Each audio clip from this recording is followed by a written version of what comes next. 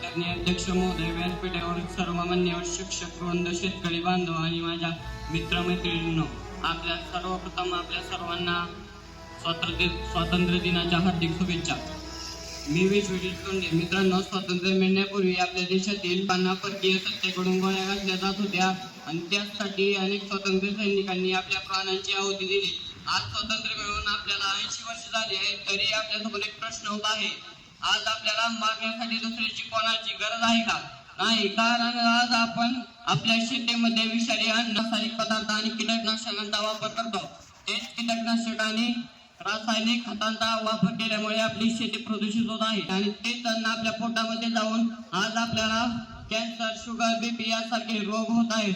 म्हणूनच माझ्या भाषणाचा विषय आहे सेंद्रिय शेती काळाची गरज.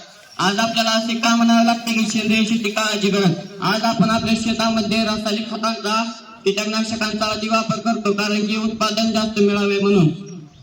आज आपण रासायनिक खतांचा वापर केल्यामुळे आपल्या शेतीमध्ये विषारी घटक निर्माण होत आहेत आणि तेच विषारी घटक आज आपल्या अन्नामध्ये मिसळत आहेत. त्यामुळे आज सेंद्रिय शेती काळाची गरज आहे.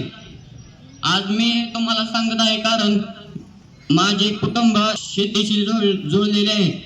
आम्ही शेती करत असताना जाणवले की शेतकरी फक्त आपला माल उत्पादन करतो, पण शेतकऱ्याने जर त्याच्यावर प्रक्रिया करून मूल्यावर्धित उत्पादन तयार केले तर त्यास अधिक संधी निर्माण होतात. त्याच विचारातून शिवांजली फार्म अँड हर्बलची सुरुवात झाली. आज आम्ही सेंद्रिय पद्धतीचा व्यवसाय करतो आणि त्यामध्ये सेंद्रिय कृषी क्षेत्रातील सर्वोत्कृष्ट उत्पादक म्हणून आम्हाला पुरस्कार देखील मिळाला आहे. हा पुरस्कार सेंद्रिय शेती करणाऱ्या प्रत्येक शेतकऱ्यासाठी अभिमानाची गोष्ट आहे.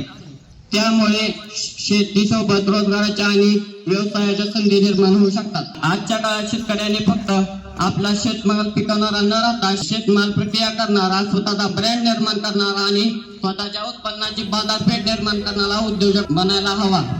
शेती ही फक्त परंपरा नाही, शेती म्हणजे आपल्या भविष्याची, आरोग्याची जबाबदारी आहे. आपण एक संकल्प करूया, आपली शेती जपूया, आपली माती जपूया आणि भविष्यासाठी आरोग्यदायी भारत घडवूया. जय हिंद.